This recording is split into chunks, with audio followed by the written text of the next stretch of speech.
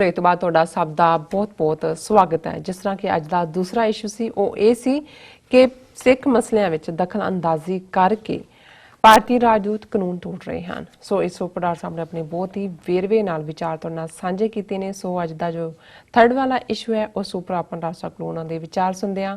ਅਸੀਂ ਚਾਹਾਂਗੇ ਕਿ ਤੁਸੀਂ ਸਾਡੇ ਨਾਲ ਇਸੇ ਤਰ੍ਹਾਂ ਹੀ ਜੁੜੇ ਰਹਿਣਾ।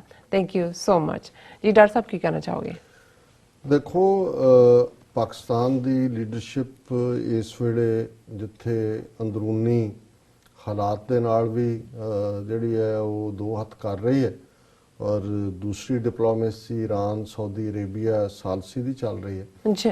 ਪਰ ਜਿਵੇਂ ਅਸੀਂ ਪਹਿਲੇ ਸੈਗਮੈਂਟ ਦੇ ਵਿੱਚ ਦੇਖਿਆ ਵੀ ਕਸ਼ਮੀਰ ਦੇ ਮੁੱਦੇ ਤੇ ਕਿਵੇਂ ਜਿਹੜੀ ਹੈ ਉਹ ਐਗਰੈਸਿਵਨੈਸ ਕਿਸ ਹੱਦ ਤੱਕ ਉਹਨਾਂ ਦੀ ਗਈ ਹੈ ਕਿ ਈਵਨ ਚਾਈਨਾ ਦਾ ਮੈਂਸ਼ਨ ਨਾ ਕਰਨਾ ਔਰ ਮੋਦੀ ਦਾ ਚੈਲੰਜ ਕਰਨਾ ਆਪੋਜੀਸ਼ਨ ਪਾਰਟੀਆਂ ਨੂੰ ਕਿ ਵੀ ਤੁਸੀਂ ਜਰਾ ਆਪਣੇ ਮੈਨੀਫੈਸਟੋ 'ਚ ਸ਼ਾਮਲ ਕਰਕੇ ਦਿਖਾਓ ਕਿ ਜੇ ਤੁਹਾਡੀ ਹਕੂਮਤ ਬਣੀ ਤਾਂ ਤੁਸੀਂ 370 ਧਾਰਾ ਨੂੰ ਵਾਪਸ ਲਿਆਓਗੇ। ਇਹ ਸ਼ੋਅ ਕਰਦਾ ਹੈ ਕਿ ਕਿਵੇਂ ਉਹਨਾਂ ਨੇ ਉੱਥੇ ਜਿਹੜਾ ਇੱਕ ਪਬਲਿਕ ਓਪੀਨੀਅਨ ਜਿਹਨੂੰ ਇਹ ਲੱਗਦਾ ਸੀ ਕਿ ਕਨਸਟੀਟਿਊਸ਼ਨ ਦੇ ਨਾਲ ਇਹ ਖਿਲਵਾੜ ਕਰਨਾ ਇਹ ਠੀਕ ਨਹੀਂ ਹੈ ਜਾਂ ਹਿਊਮਨ ਰਾਈਟਸ ਦੀ ਜਾਂ ਦੂਜੀ, ਉਹ ਬਿਲਕੁਲ ਉਹਨਾਂ ਨੂੰ ਚੁੱਪ ਕਰਾ ਦਿੱਤਾ।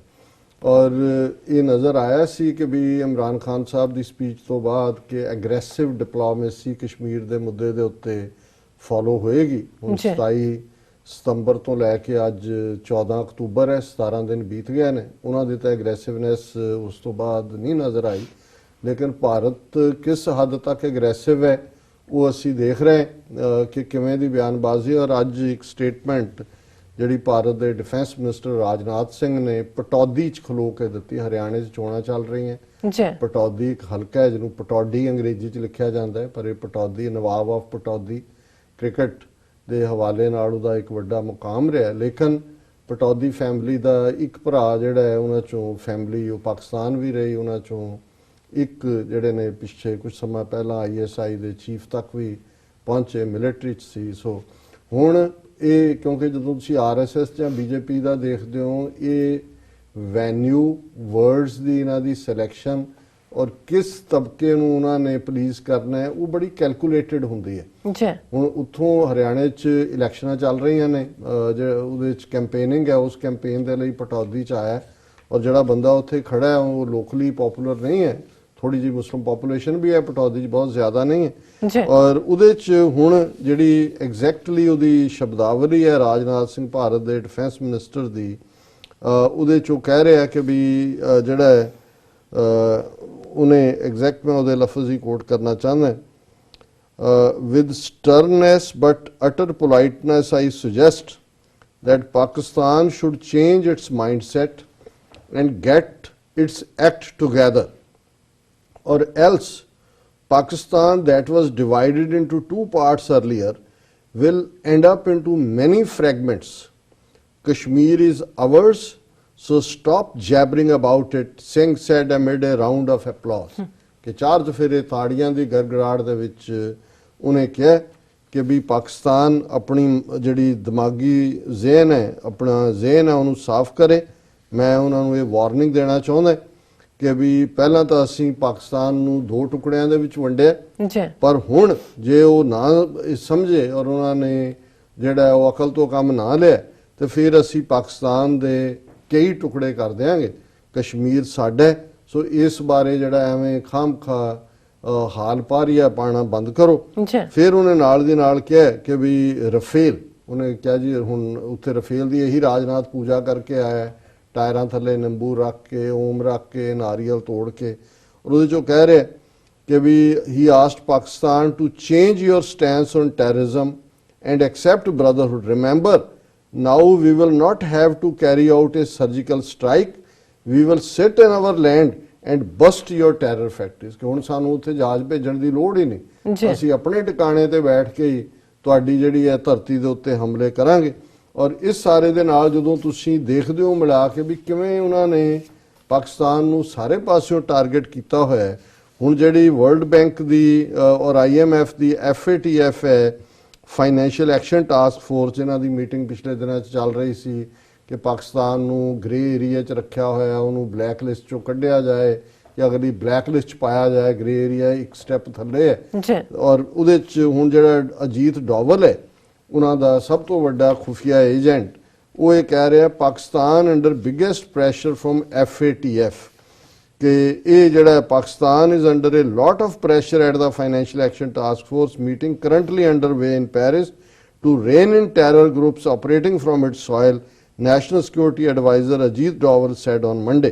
उन्हें कहा जी इस वे बहुत प्रेशर है और ये पाकिस्तान टैररिज्म ਨੂੰ as a instrument state the use ਕਰਦਾ ਹੈ ਔਰ ਇਸ ਸਾਰੇ ਦੇ ਉਹਦੇ ਨਾਲ ਹੀ ਕਿਉਂਕਿ ਅਮਰੀਕਨ ਸਟੇਟ ਡਿਪਾਰਟਮੈਂਟ ਦੇ ਵੀ ਇਹ ਖਬਰ ਉਹਦੇ ਨਾਲ ਰਿਲੇਟਡ ਆ ਗਈ ਕਿ Pakistan must prosecute top 4 LET operatives with leader Hafiz Saeed US। हालांकि US ਦੀ ਮਿਕਸ ਜਿਹੀ ਸਟੇਟਮੈਂਟ ਹੈ ਪਰ ਇਹਨੂੰ ਉਹਨਾਂ ਨੇ ਹਾਈਲਾਈਟ ਕੀਤਾ ਹੈ ਕਿ ਜੀ ਲਸ਼ਕਰੇ ਤੋਇਬਾ ਦੇ ਜਿਹੜੇ 4 ਫੜੇ ਨੇ ਅਮਰੀਕਾ ਨੇ ਕਿਹਾ ਜੀ ਚੰਗਾ ਕੀਤਾ ਫੜੇ ਨੇ ਪਰ ਇਹਨਾਂ ਦੇ ਉੱਤੇ ਹੁਣ ਮੁਕੱਦਮਾ ਚਲਾਓ ਔਰ ਐਲਿਸ ਵੈਲਸ ਦੇ ਹਵਾਲੇ ਨਾਲ ਇਹ ਖਬਰ ਆਈ। ਸੋ ਇੱਕ ਪਾਸੇ ਪਾਕਿਸਤਾਨ ਨੂੰ ਕਈ ਹਿੱਸਿਆਂ 'ਚ ਤੋੜਨ ਦੀ ਗੱਲ, ਉਹਨਾਂ ਨੂੰ ਫਾਈਨੈਂਸ਼ੀਅਲ ਕਰੰਚ ਦੇ ਵਿੱਚ ਅੱਗੋਂ ਫਸਾਉਣ ਦੀ ਗੱਲ ਤੇ ਮੋਹਨ ਭਾਗਵਤ ਜਿਹੜਾ ਹੈ ਉਹ ਇੱਕ ਵੱਡੇ ਪਬਲਿਕ ਜਲਸੇ ਦੇ ਵਿੱਚ ਕਹਿ ਰਿਹਾ ਕਿ ਭਾਰਤ ਦੇ ਮੁਸਲਮਾਨ ਦੁਨੀਆ ਦੇ ਮੁਸਲਮਾਨਾਂ 'ਚ ਸਭ ਤੋਂ ਜ਼ਿਆਦਾ ਖੁਸ਼ ਨੇ ਔਰ ਉਹਨੇ ਕਿਹਾ ਕਿ ਦੁਨੀਆ 'ਚ ਸਭ ਤੋਂ ਜ਼ਿਆਦਾ ਖੁਸ਼ ਮੁਸਲਮਾਨ ਭਾਰਤ 'ਚ ਮਿਲਦੇ ਨੇ, ਇਸ ਲਈ ਉਹਨਾਂ ਨੂੰ ਹਿੰਦੂ ਸੱਭਿਅਤਾ ਦਾ, ਹਿੰਦੂ ਤਹਿਜ਼ੀਬ ਦਾ ਸ਼ੁਕਰੀਆ ਕਰਨਾ ਚਾਹੀਦਾ ਹੈ ਕਿਉਂਕਿ ਜਿਹੜੀ ਹੈ ਇਹ ਹਿੰਦੂ ਤਹਿਜ਼ੀਬ ਦੀ ਵਜ੍ਹਾ ਹੀ ਹੈ ਕਿ ਉਹਨਾਂ ਨੂੰ ਇੱਥੇ ਜਿਹੜਾ ਅਸੀਂ ਰਹਿਣ ਦੇ ਰਹੇ ਹਾਂ, ਇਸ ਲਈ ਉਹ ਸਭ ਤੋਂ ਜ਼ਿਆਦਾ ਖੁਸ਼ ਨੇ। ਹੁਣ ਮੈਂ ਇਸ ਤੋਂ ਅੱਗੇ ਕੁਝ ਨਹੀਂ ਕਹਿਣਾ ਚਾਹੁੰਦਾ।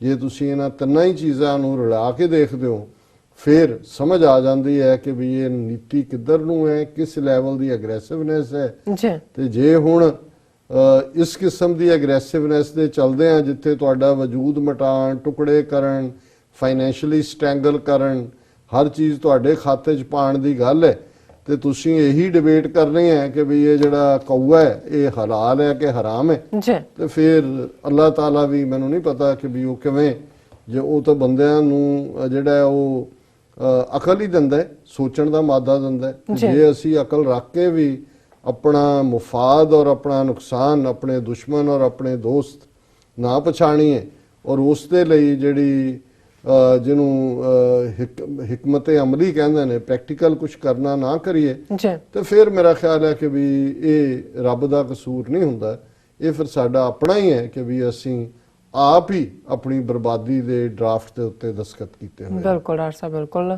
ਹੁਣ ਆਪਾਂ ਆਪਣੇ ਦਰਸ਼ਕਾਂ ਦੇ ਜੋ ਫੇਸਬੁੱਕ ਮੈਸੇਜ ਨੇ ਉਹ ਸ਼ੇਅਰ ਕਰਨ ਜਾ ਰਹੇ ਹਾਂ। ਪਹਿਲੇ ਸੈਗਮੈਂਟ ਤੇ ਸਾਡੇ ਕੋਲ ਰਿੰਕੂ ਵਰਿੰਦਰ ਸਿੰਘ ਜੀ ਸਾਨੂੰ ਲਿਖਦੇ ਨੇ, ਕਹਿੰਦੇ ਸਤਿ ਸ਼੍ਰੀ ਅਕਾਲ ਡਾਕਟਰ ਸਾਹਿਬ ਤੇ ਭੈਣ ਨੀਲਮ ਕੌਰ ਜੀ, ਮੈਂ ਪਹਿਲਾਂ ਵੀ ਲਿਖਿਆ ਸੀ ਕਿ ਫੇਸਬੁੱਕ ਤੇ ਇੱਕ ਸਪੀਕਰ ਵਿੱਚ ਆਵਾਜ਼ ਨਹੀਂ ਆਉਂਦੀ, ਇਸ ਵੱਲ ਧਿਆਨ ਦਿਓ ਜੀ। ਇਹ ਦੋ ਸਾਡੇ ਕੋਲ ਕੰਪਲੇਨਸ ਆਈਆਂ ਨੇ ਵਾਇਸ ਦੇ ਉੱਪਰ। ਹੁਣ ਅਸੀਂ ਟੈਕਨੀਕਲ ਟੀਮ ਨੂੰ ਹੀ ਕਹਿ ਸਕਦੇ ਹਾਂ ਕਿ ਭਾਈ ਇਸ ਨੂੰ ਦੇਖੋ ਬਾਰ-ਬਾਰ ਕਿਉਂ ਐਵੇਂ ਹੋ ਰਿਹਾ ਜੀ। ਮੁਹੰਮਦ ਅਹਿਮਦ ਜੀ ਲਿਖਦੇ ਨੇ, ਬਰਾਵੋ ਡਾਕਟਰ ਸਾਹਿਬ, ਤੁਸੀਂ ਬਹੁਤ ਗ੍ਰੇਟ ਇਨਸਾਨ ਹੋ।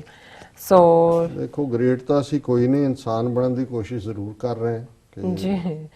ਸ਼ਾਨ ਭੱਟ ਸੀਜ਼ਾਨ ਲਿਖਦੇ ਨੇ, you are great doctor sahib and doing great work, we always with you, free Punjab, free Kashmir. Baj Singh ਫਤਿਹ ਬੁਲਾਉਂਦੇ ਨੇ, ਮਰਿੰਦਰ ਸਿੰਘ ਜੀ ਵੀ ਫਤਿਹ ਬੁਲਾਉਂਦੇ ਨੇ, ਕੁਲਦੀਪ ਸਿੰਘ ਜੀ ਵੀ ਫਤਿਹ ਬੁਲਾਉਂਦੇ ਨੇ।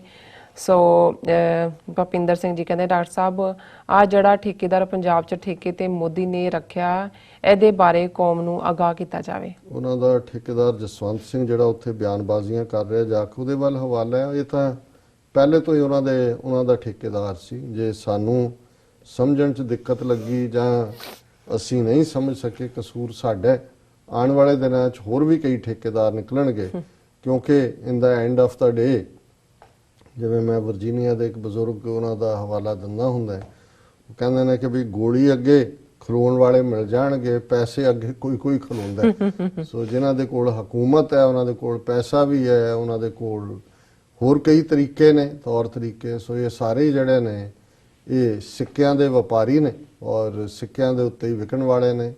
ਕੁਝ ਬਹੁਤ ਸਸਤੇ ਵਿਕ ਰਹੇ ਨੇ ਜੀ ਤੇ ਕਈ ਹੋਰ ਵਿਕਣਗੇ ਆਉਣ ਵਾਲੇ ਪੀਰੀਅਡ 'ਚ। ਬਿਲਕੁਲ। ਮੀਆਂ ਸ਼ਾਹਿਦ ਸਾਨੂੰ ਲਿਖਦੇ ਨੇ ਕਿ ਪਾਕਿਸਤਾਨ ਜ਼ਿੰਦਾਬਾਦ, ਖਾਲਿਸਤਾਨ ਜ਼ਿੰਦਾਬਾਦ। ਭੁਪਿੰਦਰ ਸਿੰਘ ਜੀ ਫਤਿਹ ਬੁਲਾਉਂਦੇ ਨੇ, ਜਸਵਿੰਦਰ ਸਿੰਘ ਜੀ ਵੀ ਫਤਿਹ ਬੁਲਾਉਂਦੇ ਨੇ ਔਰ ਸ਼ਕੀਲ ਸਰਦਾਰ ਜੀ ਲਿਖਦੇ ਨੇ, ਡਾਕਟਰ ਸਾਹਿਬ ਮੋਦੀ ਤੋਂ ਚੇਂਜ ਸੇ ਚੰਗੇ ਸੇ ਕੋਈ ਸਿੱਖ ਅਦਾ ਇਫਤਾ ਕਰਦਾ।